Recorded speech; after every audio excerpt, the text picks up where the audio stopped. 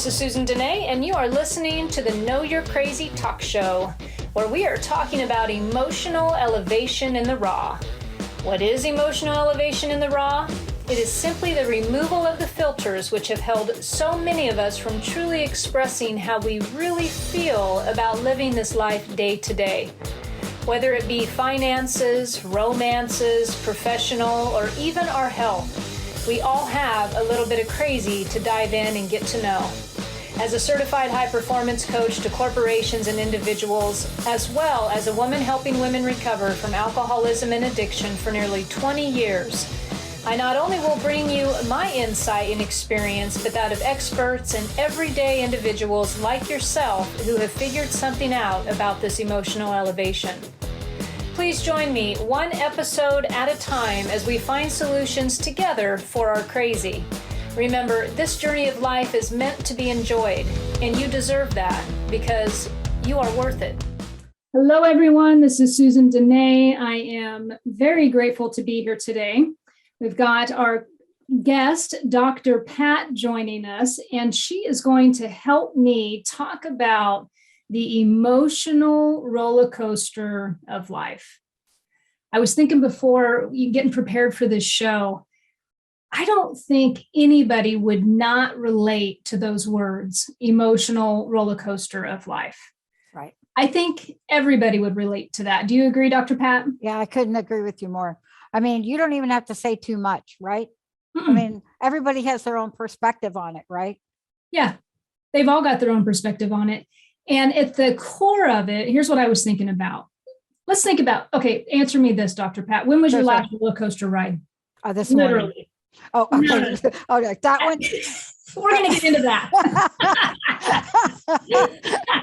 Well, you could have fooled me if that wasn't this morning. The last one that I grew up on the rides. I grew up in New York, so I was always at Coney Island or Rye Beach and all of that. But the one that I remember, the last one I remember was that crazy one at Disney, that Space Mountain. Oh, yeah. Space Mountain one. Do you remember that one? Mm-hmm. I will never forget that as long as I live. Mm-hmm. I'd say that was the last real roller coaster ride I've been on. They're memory making. Oh, they are so memory making. I was reflecting. I thought, okay, I got a couple. Yeah, when was yours? Okay, growing up, I was raised in Nebraska. We did not have no amusement parks in Nebraska. They could use one though. Now I could be completely off base here. Maybe there's been one built in the last, several years. I don't know. But if I lived in Nebraska, I was born in Ohio. So Cedar Point, you familiar with Cedar Point? Yeah. It would be like, we took these crazy vacations every year and my mom drove and it was just my mom and her two daughters, me and my sister. Oh, I could tell you endless stories, but when it was like a great vacation when we would go back and visit family and we got to go to Cedar Point. You know what I mean? Yeah, I do. Like that excitement of the amusement park. You know what I'm saying? Like I do. I totally get it. And I can remember being so disappointed. Mm-hmm. Like, do you remember the times like when you think you're going to go, but then, oh my gosh, we can't go because we're going to have a mega thunderstorm and you're like a major temper tantrum, right? Yeah. You're like pounding around and moping for days about it because you couldn't go. Why is that? Because it's fun, because you look forward to it. And then I reflect back and I remember my mom, she was worn out, dragging, didn't want to walk from, roller coaster or ride to ride. My sister was nuts. She'd jump on the craziest rides of all. But there was like this anticipation to get on the roller coaster. So the intent going in for a real roller coaster is fun, right? Yeah. It's totally. fun. Oh, it's supposed to be fun. I mean, if you're planning a vacation and especially as an adult, I think it's pretty cool if you can find yourself like specifically planning a vacation to go to the amusement park to hop on the roller coaster. Yeah. So you're planning this out, right? And so we go from this anticipation, excitement, fun, and then we get older and we say, the emotional roller coaster of life. And so I was like, I wonder where that shift happened. When the description of the emotion, because I don't know about you, but when I think about the emotional roller coaster of life, I think of like I just got to survive it. I just Yeah. have to persevere, you know, yeah. because I'm thinking of the decline. And when you're younger, I think you're thinking of the incline and the drop, but how fun that is. Yeah. Yeah. Yeah. You know what I'm struck by? If you've ever gone to that Space Mountain, I don't know, Jacob, if it's Space Mountain or Moon Mountain, but everybody knows the one I'm talking about. Mhm. Like, first of all, we had to wait an hour and a half in a line to even get there, right? When I went. And then the closer you get to the entryway, they have these warning signs. Like, there's a sign that says, do not go on here if you're pregnant. And then you walk a couple more, but they don't hit you with this till you've waited an hour and 20 minutes. And then the last 10, they're scaring you to death. Well, do not get on this if you're pregnant. Step, step, step. Do not get on this if you've just eaten. Step, step, step. Do not get on this if you're afraid of it. Now, I don't know if they still have that. But even for a fun-loving kid like I was, after about 5 of them signs, you're thinking, what is going to go on in here? Well, and I'm so glad you're mentioning that, because the next thing I was going to talk about was that moment when you're on a roller coaster. I don't know about you. Maybe there's really trusting people who get on a roller coaster, but every time I have gone on a really good roller coaster, I think of death. Does anybody have this thought? Like, if this thing goes off these everything that, and you can almost for a moment, you can just see yourself like diving off into the span of amusement park. And then I reel it back in, and there's the thrill of like that moment of remembering, like just like you're alive. And this is going to be a ride. This is going to be a ride, but you're going to scream, you're going to hoot, you're going to holler, you're going to enjoy. And you're in it with a community of people. So everybody's sitting around you. You know, some people are brave and they're lifting their arms. And if you're one of them that's like this, you can't help but admire the brave one. And some people's gums flying out of their mouth. And then they catch you with the picture of the ugly face, coming down. And everybody's, so. But what do you think of this, though? I'm curious to know your take on this, though, because I went to on a lot of roller coasters in Rye Beach and Park, and then even the spinny thing where everybody's throwing up over each other, right? Literally throwing up. But this particular ride, and I love the adventurous stuff, but this one, you go through that sign, are you pregnant? And I remember them as black. So I'm going back a bunch of years. And then you get to the entrance and you walk through the entrance from beautiful, like Florida sun. And then you walk through doors and it's a little darker. Yep. And then it's a little darker. Yep. And then it's a little darker. Then it's like pitch black. Yep. Like, this is the roller coaster ride. Yep. And you're thinking, should I turn around now? Because it was unusual. It wasn't like any roller coaster ride. I should have known when it was called like Space Mountain, like space. Like, you should have had a sense of that. I had never, ever done a ride in the dark. Now, spoiler, put your hands over your ears. If you go to this ride at Disney, it is in the dark, Susan. And that is a game changer. Isn't that a metaphor? Because see, that's where the roller coaster ride that you're like happy and you're going to go in it. And now you're like, oh, I can't. Yeah. Where's my mommy? Yeah. So, I love the fact that you're bringing that up. So they prepare you for this exciting journey on this roller coaster, and so now we'll get into the emotional stuff. So in real life, and why we may perceive when we hear the words emotional roller coaster, the hurdles that we encounter in life, and so for today, I really enjoy this conversation with you, Dr. Pat, because we're going to be talking about how do you overcome them? How do you make light of the declines and the inclines, right? But where I'm going to start the discussion today is around the fact that we make the decision to get on the roller coaster. Like every decision we make is so that we feel better. Now that can seem really like a big umbrella because we look back and we're like, you know what? I didn't choose that. I didn't choose that. I didn't choose the horrible relationship I was in 20 years ago. But in the beginning, you did. Yeah, You no chose kidding. it because you thought it was going to be a good ride. And then you found out not so much. And then you found out other people are on the ride and you'd like them to get the hell off, So, but there's those things that like where every decision that we make on our journey is really ours to own. And it's okay to hop off the ride every now and then. But remember in the beginning, before that decision was made, why you made it. Yeah. Why you made that decision. Isn't that the truth though? Mhm. I mean, if we could just stop the show now and have a takeaway where we invite everyone to just erase everything else you thought, right? Erase the thought, I had no control over the traffic this morning, erase that because you could have left earlier. I had no control over Thanksgiving big fight that went on. Okay, erase that. I didn't know how I ended up in the gutter losing my Harley Davidson. Hello, you drank too much. Erase that. Yep.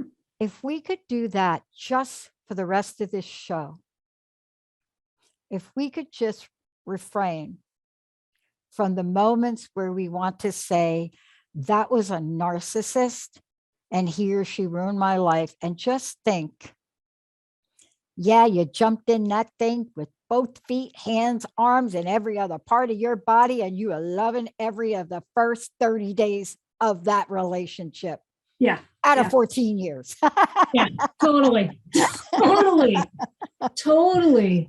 I was thinking, you get into these emotional hurdles and these emotional roller coasters that we find ourselves in. That's what it feels like. When you were talking about being on the roller coaster and being in the black, and suddenly you can't see.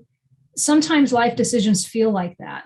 Like we wake up like where the hell did this come from? Like I really thought, you ever have those days you wake up and like everything, you're going right and everything's going left, and you kind of pause and you ask yourself, where did this come from? Like, I'm pretty sure I woke up today in a good mindset to tackle the world, and then stuff just happens. Oh, that was today. I'm telling you. Yeah. That was it. But, we had talked to you. Jessica and I talked with you yesterday. Mm-hmm. And Jessica picked up on a couple of things that we said. Yeah. One of them was you could start your day over anytime.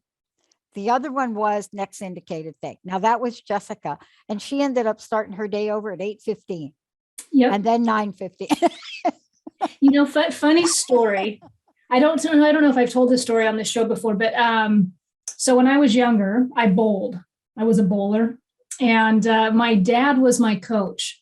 And I was so prideful, and I was such a perfectionist when I was a little girl. And he would sit, and he was a very blunt man. So here's this like kind of this father attempting to coach this angry daughter. And then I'd get all emotional if I wasn't getting, a bunch of strikes and spares. And he was a very patient man, and he would guide me through all that.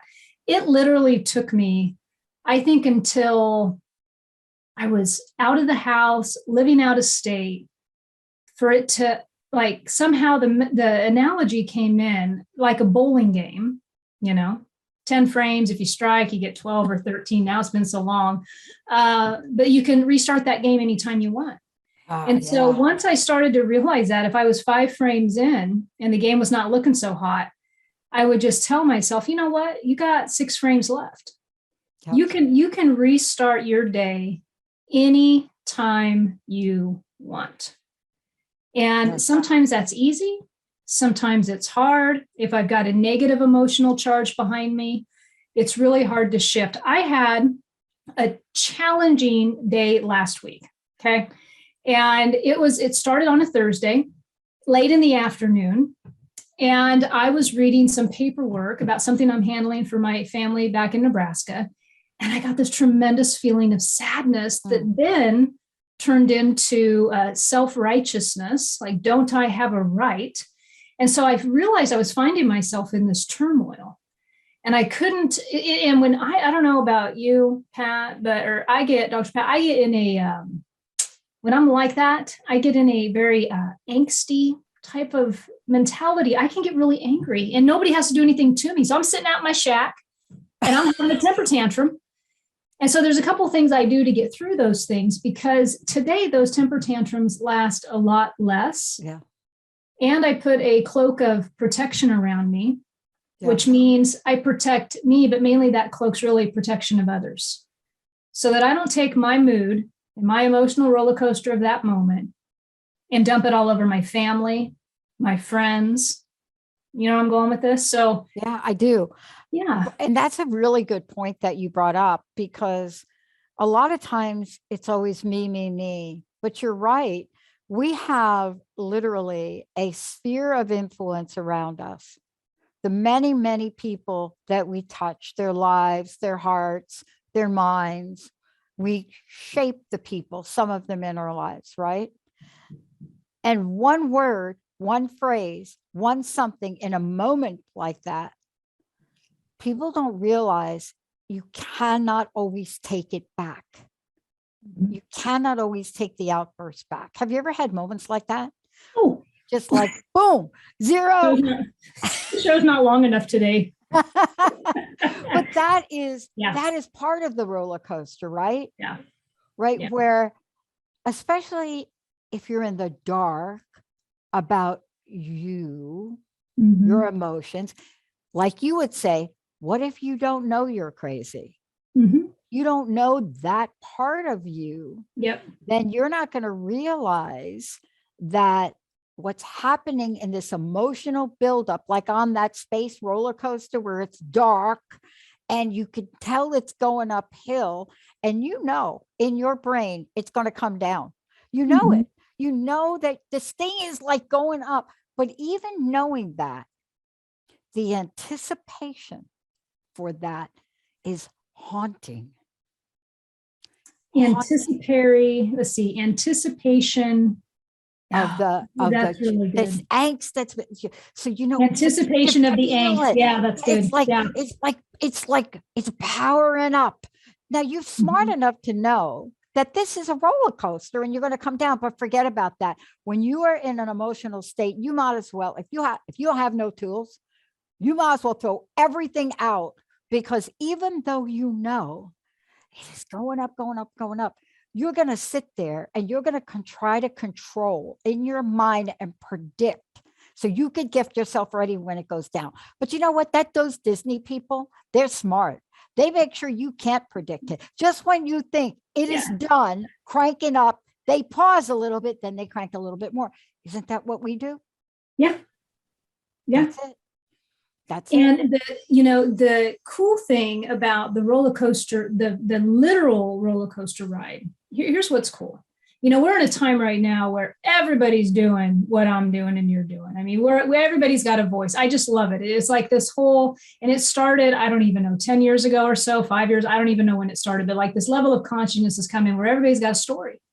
Everybody's got a story. Everybody's got some influence, and they're realizing the value in all those fantastic stories, which for some of us in recovery, we've been talking that game long, 1940s. We've been talking that game a long time, telling experience, strength, and hope through our stories. Those of you in recovery know what I'm talking about. So now, just a bunch of us fools got cameras and an internet, and we're going to put that stuff out there. But I mean, there is this joy. You get off a good roller coaster ride, and usually the literal ride, most of the time, you've had a fantastic experience. And you got a story to tell. You got a story to tell, just like you told about the ride at Disneyland. I'm talking about Cedar Point. I had one in, God, I wrote down the name of the park. It's over here in Idaho, Silver Park or something like that. And, as an adult, Silverwood, thank you, Silverwood Park. And as an adult, I'm on this ride. This was like, I don't even know, 3 or 4 years ago. And it's like jostling my head around, and it's hitting upside the things. And I'm thinking, I'm just too old for this crap. Like this is not fun. But then you'd be screaming and yelling. I'm still telling the story. I'm still sitting here telling the story. But, in real life, when we go through these challenging moments and then we come out the other side, if we can remember the story of perseverance, if we can remember when we overcame these challenges, and just how fantastic that feeling is, because, ultimately that decision that you made in the very beginning sometimes when it doesn't turn out the way you want it to, if you overcome it and you learn from it, now you've got one heck of a story that will benefit you and benefit others. And I think that's where the strength of some of these emotional roller coasters come from all of us. And some of us enjoy talking about it more than others, right? Yeah. Yeah. I mean, what you're talking about, what you're describing during the show, I think everybody that's listening, whether you're listening live, and if you are, you want to give us a shout, go ahead and give us a call at 1-800-930-2819. You can certainly comment on facebook.com Transformation Talk Radio. But, everybody listening has a sense of what we're talking about for themselves, right? Yeah. I mean, they have a sense, whether it's a roller coaster ride or something like that. There's an adventure element to it, right? Mm-hmm. And we say yes to the adventure, even though it's scary. Yep. Now, I skydive. I love skydiving. And I love tandem. Tandem's good. But that means you got to trust this guy strapped to your back that you just met an hour ago who slept on the plane all the way up. Right? They're sleeping on the plane. And he tells you, on the count of 3, we're going. And the door pops open and you're attached to this guy and you're waiting for him to count to 3. They never get to 3. So he tells you for 20 minutes and explains, I'm going to go 1, 2, 3. Then we're going to go over and over and over again. He knows he's not going to go to 3. He knows it. He knows it because he doesn't want you put your foot up there and not letting us jump out of the plane and having us get caught in a propeller. So 1 and you're out. Yeah. Once you get past the shot of that, I'm hoping that I can get a picture of this to Jacob to post. Yeah. But once you get through thinking, you idiot, you're thinking he's pushed you now out of the plane. You have no chute going anywhere. And you're thinking he didn't count to 3. It takes a nanosecond to forget that when you get filled with joy. When you get filled with joy. Joy. And when we are in the emotional depths of despair, emotional hangover, the negativity, the stuff we do, right? The stuff we do. I mean, essentially what you and I have already talked about are some simple tools that people can apply, that we've applied that can say, hey, you can get yourself up out of that decline and start on the incline up. And one of the things you just said rung a real bell with me, because just this morning I texted somebody and I said, I trust you with my crazy. So I got to ask the audience right now, who do you trust with your crazy? And you mentioned, Dr. Pat, the importance of identifying your crazy. And if you've gotten there, because there's a certain level, I was talking about putting on that protection, right? Yeah. Sometimes you got to protect yourself from yourself. And I talked about this on the very first episode, I think, or second episode about, either sometimes some of us internalize when we're down in the depths, other of us go outwards, right? I'm more of I'll have a little bit internalized, but I'm more, I'm out here with my stuff. Some people turn it inside. And so when we become more familiar with identifying how we're feeling when we're about to go off the deep end, that is so key to shifting that. And so the identification is important. And then the part that you said about trusting this guy, knowing, I just got to tell you, if you're listening to this show right now and you don't got a mentor that knows you, or a therapist that knows you, or if you're in recovery, a sponsor that knows you, or, I'm getting at, if you're having emotional depth days that are dragging your butt around and you haven't developed a team of trust with somebody, that's an awesome thing for you to do. Yeah. It's an awesome thing for you to change, because you're not alone. Yeah. Right? You're just not alone. And, Susan, comment on this if you could, because I don't know about you, but I've had a lot of people come to me and say, I have trusted people before. So it's the same thing we talked about before. You can start your day over anytime. You can start your life over anytime. Who hasn't been on the downside of that roller coaster? Who hasn't had the experience where you really did really scared? It wasn't that smooth roller coaster ride you thought. You jerked all the way down and your hot dog came up all over you. And that's the way it feels sometimes. But that was then. and this is now. And your invitation is for people to, one, trust yourself first enough to find that person. To find that person. Yeah. I mean, all of us, when we reflect back on our lives, I guarantee every single person listening to this, and I know you and I, all of us have had an opportunity to look back on our life and say, that person was really influential to me in a positive way. And yes, we have the ones that actually were influential in a negative way, and they might have catapulted us to new levels of growth faster than the positive ones, quite frankly. I mean, I got a couple. That took a couple years of therapy to get over, but that's real. And so for me, I think it's really important to reflect back and remember that every single person that's come into my time and into my life has served a purpose. It hasn't always been a happy purpose. It felt happy, but at the end of the day, there was a purpose behind knowing and growing from that relationship. Yeah. So having said that, Dr. Pat, we need to take a break. Yeah, let's go. Yeah, so we're going to take a 3-minute break, folks. If you're looking to reach out, you can always reach out to me at my website at susandenee.com, or Instagram Susan Denee, or Facebook Susan Denee, or I'm sure you'll find it. Yeah. We got Transformation Talk Radio with Dr. Pat. All right, see you folks soon. Thanks.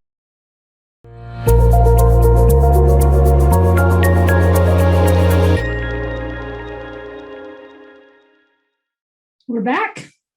I love it.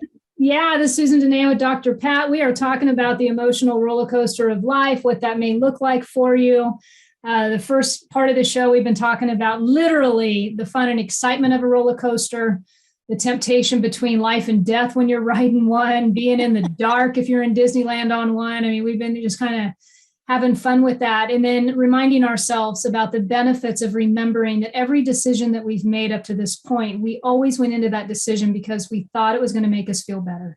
Yeah. We don't purposely make decisions that we think are going to damage us. I mean, anything. I mean, I was at a job for a long time, and when I got into that job, I went into that job thinking that it was the best thing for me and my family. And, right? So everything that I've done has always been, there's been a weight to take. Pros and cons if you want, but always it's been a decision that I thought that was the best decision for me, or the best decision for my family, or whatever I'm doing, right? So the intent in the beginning can be really about having a good feeling about things. Yeah. And then we realize life's life, right? And more shall be revealed, and in life, there's other people in life. We have to deal with other people. Life would be grand. It was the old saying, life would be grand if just nobody was around but me. But that's just life. And those people actually can be very valuable relationships that fulfill us and feed us. Well, I don't know how we're going to learn anything unless we're there in our lives. I love to talk about the fact that if you really don't want to learn anything, then, maybe God, universe, spirit would have given you your own planet. But guess what? You didn't get your own planet. So there must be something right here for us to learn. But don't you ever find just when you think you've got it, like, oh my gosh, I have learned the life lesson this time. Yeah. And then because you have a lofty vision for your life, then you get the next one, right? The guy that was strapped to my back that said he was going to count to 3, that I don't even know if he did 1, that lasted all of about maybe 3 seconds out of that plane. And then the smile on my face, and I got the whole video of this. My friends asked me, were you using on that flight? Did you? And I'm like, no. But you see, we can change our perspectives on things. People say we don't have any freedom. We can't do this. We can't, Viktor Frankl said it best, locked up in a concentration camp. They took everything away from this man, but they couldn't take his perspective away. They couldn't take the positive vision. So can you talk to that for a minute? Because I get the sense you had a little bit of roller coaster here a couple of days. Well, I had a little bit of roller coaster, but I'm going to because it is so significant, but I'm going to lighten it just a little bit. All right. So today I'm sitting in my shack and I'm doing stuff. And so I've got these great opportunities. And at the same time, I'm like, how the hell am I going to do this? And, this is coming, and it's like that day where everything's coming, right? Like this needs done. And I got to sit down and figure out a calendar. And then it's like squirrel ADD. I'm over here and then I'm back. And then my daughter has to come home sick from school. So I'm like, okay, I'll come get you. So I go and get her. I come home. I'm in my shack and I'm working. And she texts me and she says, what happened to the Spotify account? And now at this point, I didn't have my music playing. Usually I do. And I'm like, huh? And so I'm I got a project in front of me. But pretty soon I she's like, it kicked me out. She goes, did you pay the bill? I said, like that crap's on auto pay. I better have paid the bill. So anyway, so I start looking into it. Yeah, bill's been paid. But pretty soon I get kicked out of Spotify. So I don't know if you heard today, but Spotify had some issues. Yep. And so I'm on there and suddenly I start feeling like I can't listen to my music. What am I going to do? And then all of a sudden the head starts going, what am I going to work out in the morning with my headphones? I don't got my Spotify. And I start having this moment of realization that I don't know how to do my iTunes and I don't know where to go for music. And so then I'm messing around on my phone and I'm realizing I'm really kind of tagged to this Spotify account. Like that's kind of pitiful in a way, but I want my music. And so why am I telling this story? Because in the middle of my little, fear, what's going to happen? Is it going to come back? Because it wasn't like taking my email. It wasn't taking my log on. I thought maybe they deleted me and, oh my God. I was like, I got to find some other music. So I start making this different decision in the middle of it. And I come across YouTube. Okay. YouTube music. Now I know this is not, people are probably like, oh, this is so normal. But for me, it was like another stream of music that I hadn't tapped into yet. So I log in and I never do free trials, but I was desperate. So I do the free trial and they're like, pick 5 people you want to hear from. So I pick 5, 5 artists. All of a sudden, dude, I'm like jamming out in my shack for like the last 2 hours before we get on this show to new music. I haven't heard it in a while. I'm like super grateful I got it. Spotify came back up. I'm like, old playlist. I'm like into the YouTube right now. So it was like this whole moment of just understanding that, in the middle of the frustration, we can make new decisions. And when the new decision is also one of playfulness. Yeah. When's the last time you laughed so hard, Dr. Pat, that your belly hurt? Actually, it wasn't that long ago because I love when we get to do silly. I got a laughing dog here. I got a laughing. Have you seen my laughing dog? No, where's it at? Oh my gosh. I'll have to get it. I'll have to get up here and go get it. And every time I bring out the laughing dog, they're like, oh, don't turn that thing on. Don't turn that thing on. I'm like, seriously, if I have my laughing dog get to go here, if it gets going here, try not to laugh. I dare you, because we all have to have our own tools. Now, look, every bumpy road I've ever been on, I've chosen. And I mean, physically, not even metaphorically, but metaphorically as well. And you're on that road. And the reason that you're going to get and take a bumpy ride is because in your heart, you have a place you're trying to get to. Sometimes it's bumpy, sometimes it's windy. But you're willing to take it and you choose to get on there because you have an idea of what you want to achieve, aspire to, or feel like. And we can adjust our feelings. And sometimes it feels bumpy. But if we lose sight that bumpy is not the destination, it's just part of the journey, we're going to be okay. Because ultimately the dude on my back has got to pull the chute. Hello. And then when he does, the stillness of skydiving.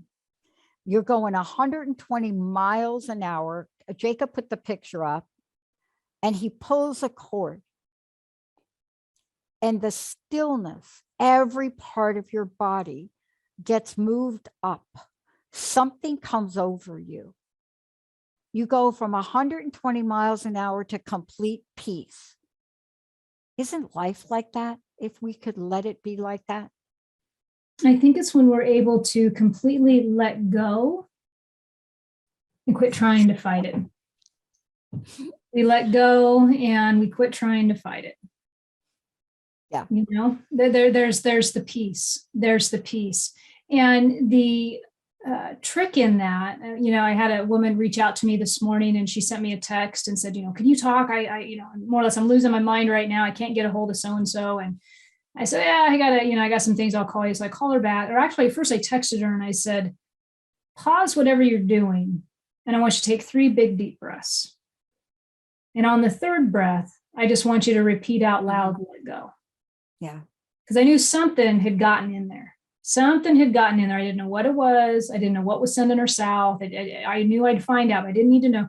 What I knew, though, and this is what happens, is we get filled with this overwhelming sense of angst and panic and something that we think we need to change right now in the moment, when really it's more about letting go of whatever that angst is sometimes before we can even open up to a new perspective to be downloaded. I mean, calling and reaching out to somebody in the middle of the storm, that is absolutely necessary sometimes to get to that point of letting go, right? And it may not happen right away, and so when we finally connected on the telephone, it was a great conversation. But really, the other thing that I wanted to advocate here today is, in the middle of the angst and we're in our stuff and we're all bound up, I have a responsibility to not regurgitate that stuff. What do I mean by that? Well, the feedback I gave her today, and I'll just throw it out here, is you have to make a decision today to not relive that turmoil again. So you've called me. You told me I was like the 3rd person you tried to reach or 3rd person you even talked to. I don't know. Since this event happened. And now you have a responsibility to not do that no more.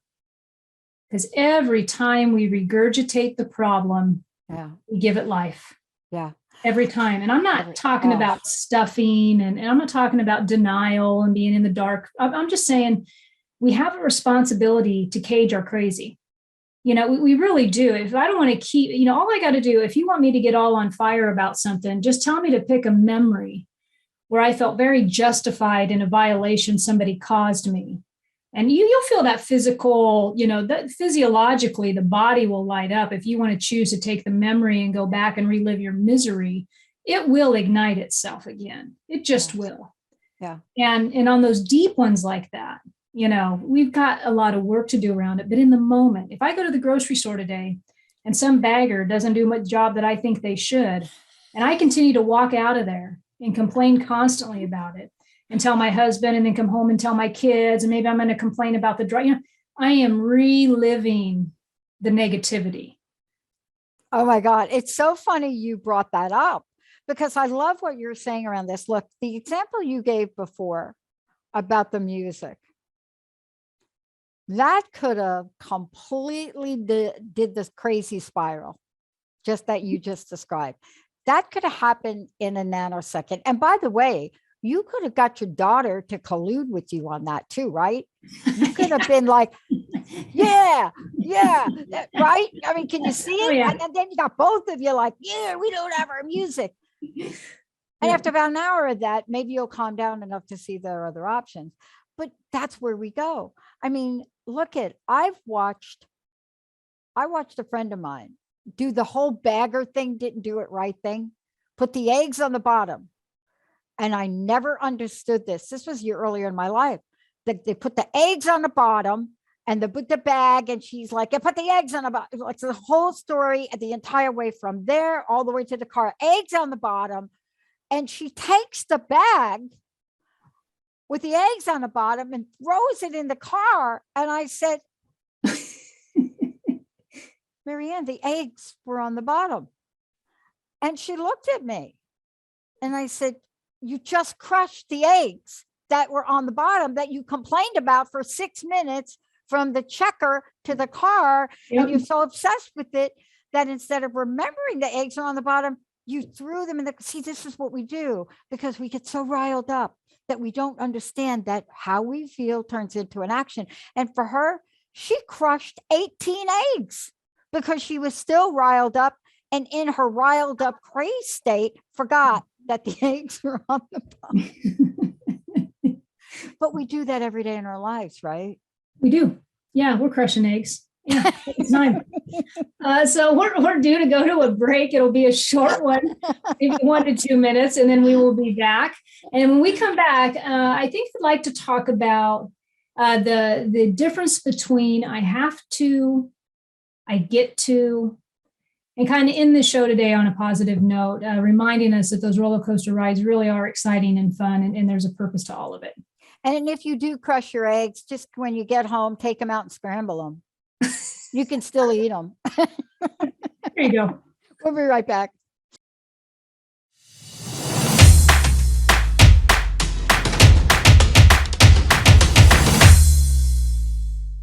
Hello, everyone. This is Susan Denee, and I'm here with Dr. Pat today. We are just talking about the emotional roller coaster of life, the ability to enjoy it, to remember that we got on that roller coaster to have fun, and to not get too derailed when it serves up a little bit of turmoil or angst or any of those good things that we all experience as being humans and living life day to day. You know, what it takes to upset each of us might be different. It may be one thing for me, maybe one thing for Dr. Pat. Sometimes we have commonalities in regards to, just common sense stuff that may send us sideways.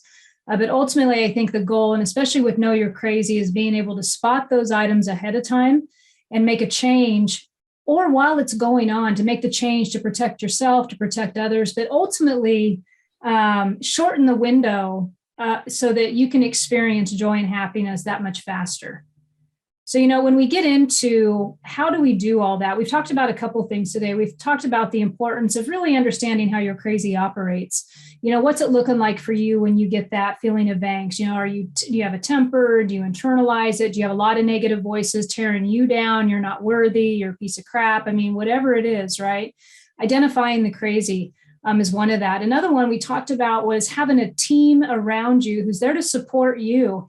And sometimes that takes a little bit of effort, creating that team. It's a willingness on each person's part to do that. Like I was pointing out, it might be a therapist. It's usually going to be somebody who is disconnected somewhat from your life on a regular basis, so that when you call them, they're not going to necessarily advocate your misery with you, but they're going to help guide you and be a really solid sounding board for you. I have found it in therapists, sponsors, confidants. You think back through your life, some of the most wisest people you've met have been those individuals. And so to build your team. And then last segment, we were starting to get into what I wanted to finish up with today. And that's this idea of, I wrote it down, the necessity of remembering the choice and the fun in the decision. And what am I talking about? I'm talking about, I don't have to do these things. I get to. Yeah. I'm sitting here today and I'm in my shack and it's a bad hair day, and I can get all up in my head about presentation and what's the audience going to think. And I'm like, you know what? This is like my show. If I want to show up with a beanie on my head and some glasses, then you know what? We're gonna rock it today. But really, there was some truth behind that about making sure that I remind myself to be true to me, because that's where the fun is at. The fun is when we stay true to ourselves. It's when we deny that, and I hate to go inner child, but when we really deny that natural play-like ability that we have to not take this stuff too seriously. To really not take this stuff too seriously. I remember years ago, I was talking to a counselor. I was raising my daughters, and I remember just this. She said, children are extremely resilient. They're extremely resilient, and they can bounce back faster than you would ever think. And when you really watch children, especially the little ones, the natural godlike playfulness that they have, and that we all had it. We all had the curiosity, and we still do. Those of us who are really expert players, my husband's one of them. I think when we first met, I was always, admired his playfulness about this desire to go, hop on the motorcycle and ride, or, go do this, or, go, and it was just this like very attractive play-like attribute that he's got. Yeah. And so remembering that, I don't have to live this life. I get to. So, allowing ourselves the permission to play in the middle of the work, in the middle of the goal setting, in the middle of the paycheck or the medical responsibilities or the parents, or, Like Like we're coming out of a really life-changing, serious pandemic for all of us. And really, we have to like appreciate the simplicity and just enjoying the day to day and remembering to play. Remembering to play, you know? I get in the office studios at around 6:00, right? I'm early up. I like to get in. And what I'm doing better is I'm leaving. But when I get in now, there's nobody really there. And I take my iPod and I put it in and I really crank it up because I don't wear headsets. I wear them all day. Mm-hmm. And so I just like the sound. So you don't think anybody's like there. And so I get out and I go down walk down the hall to go to the restroom. And the woman that sits in the corner and she says, "Hey, you have such an eclectic list of music." And I looked at her like, what is she talking about? She says, "Yeah, I came in early today and man, I was rocking out. But that one song that you play over and over again, that Creep song it's Creep by Radiohead, but I have 4 different versions of it. One is even like with a choir and it plays because it's like in alphabetical order or something, I guess." Yeah. She said, "Yeah, you just, how you feeling about yourself today?" And then we both laughed, right? Yeah. That's my way at that early in the morning. And now I'm a little bit more mindful. I will shut my door in the future. Mm-hmm. But you got to find that sweet spot within yourself that will at least make you smile. Yeah. Yeah, you really do. Smile. Even if you're pissed off as all get out, nobody stops you from smiling. Yeah, and you know, it's really cool too. I was thinking about a group of ladies that I hang out with, and you know, just the sarcasm and the jokes and the joy that goes on, and how that is an integral part of my peace and happiness today. You know what I'm getting at? Like, yeah. I gotta be real. You know, the other thing we talked about was, you know, those we trust with are crazy. And, you know, unfortunately, your family members, at least for a long time, might have to deal with your crazy. I mean, it's just right up front, you know, the worst case scenario sometimes. And sometimes families don't survive each other's crazy. No. But, you know, but when we do, there's like a loyalty that goes on. But, you know, I have to be full-heartedly willing to be me. And, you know, after a lot of years in recovery and work on me, and as long as I'm not burning the house down and creating harm, you know what I'm getting at? Like, we have a responsibility to address the crazy and make sure that we're not hurting others. And if we do, reach out and make an apology or acknowledge at least. Here's my thing. At least acknowledge there was some angst in the air. Yeah. Right? Like at least acknowledge it. Like, don't ignore that stuff. I mean, I don't know about you, Dr. Pat. I was raised in an alcoholic home, and for many years, nobody wanted to talk about the problem. You know, nobody want to talk about the problem. You know, and like we say, there's like an elephant in the room that nobody wants to talk about. You know, at least give the family or your friend or whatever the relationship is the respect to acknowledge there was some angst going on. Yeah. Right? Yeah. I mean, we got to break through those barriers. We really do. Yeah. And by the way, tweeting on social media is not what we're talking about. I just want to, you know, I just got a little message. No, we're not that's not what Susan is talking about right God, there. no. Yeah. Do not go and say, Susan and Pat, they said for me to angst out all over you. No, we're not really talking that today. If you're doing that, you need to call me about some coaching. Yeah. That's all there is. Yeah, if that's your train of thought, we got to chat. Yeah, if you just, I mean, that's spiritual constipation right there. That's what I'm talking about. But look, what you're talking about is so important. I mean, I know that what you do in your coaching practice is you walk people through all of this. You know, today is a short show where we get to say to people, it's okay. It's okay to realize all the different parts. Isn't that part of what we're saying? Yeah. There are also tools to help you stop the crazy before that roller coaster goes off the rails. Yeah. Yeah. I mean, you know, like everything in the, you know, with the roller coaster, twists, declines, inclines. I mean, it's all over the place at times, right? Your jaw, you know, and sometimes the roller coaster needs repaired. That's all there is to it for a safe ride. right? That's all I'm talking about. So anyway, I think we did a great job today, really bringing to the forefront the joy and fascination of a roller coaster, but also, reminding ourselves that, if you're on a decline, the incline's right around the corner. Might take a little bit of work. Hopefully got some tools out of that today. But thanks everybody for being here. It's been a pleasure, Dr. Pat. I'm glad that we were able to join today and have a friendly conversation. Yeah. And Susan, say a little bit about, if you could, we have a few minutes left, say a little bit about how people get a hold of you if they want to work with you. Absolutely. You have a coaching practice, you have multiple coaching practices, and this is what you do. How do people contact you to work with you? I think the easiest way would literally be a direct message, Instagram or Facebook or whatever. You can go to the website at susandenee.com and just shoot me an email through the Growth Spurt. Yep. Susan Denee, I'd be more than happy to talk to you about that. There's essentially two different programs. We've got I'm a certified high performance coach, which is a structured 8-step process. And if you go through that, there's other levels to that. So anywhere from clarity to courage to persuasion. And then you have the emotional recovery side of it. And that is my own program that I walk people through. And so there's different aspects of that too, anywhere from understanding your personality type, when I talk about that outward and that inward, different tools to get around that. So both of those are two different coaching styles that I could take somebody through. And I want to say, when you go to Susan Denee, it's Denee. Denee is Susan Denee. And get a hold of Susan, check it out. Get on a consulting call with you and just have folks talk to you, because you have been on that roller coaster. And I think you and I sometimes thought we were the roller coaster. Wake up call for that, right? Yeah, there's been some tune-up moments for sure.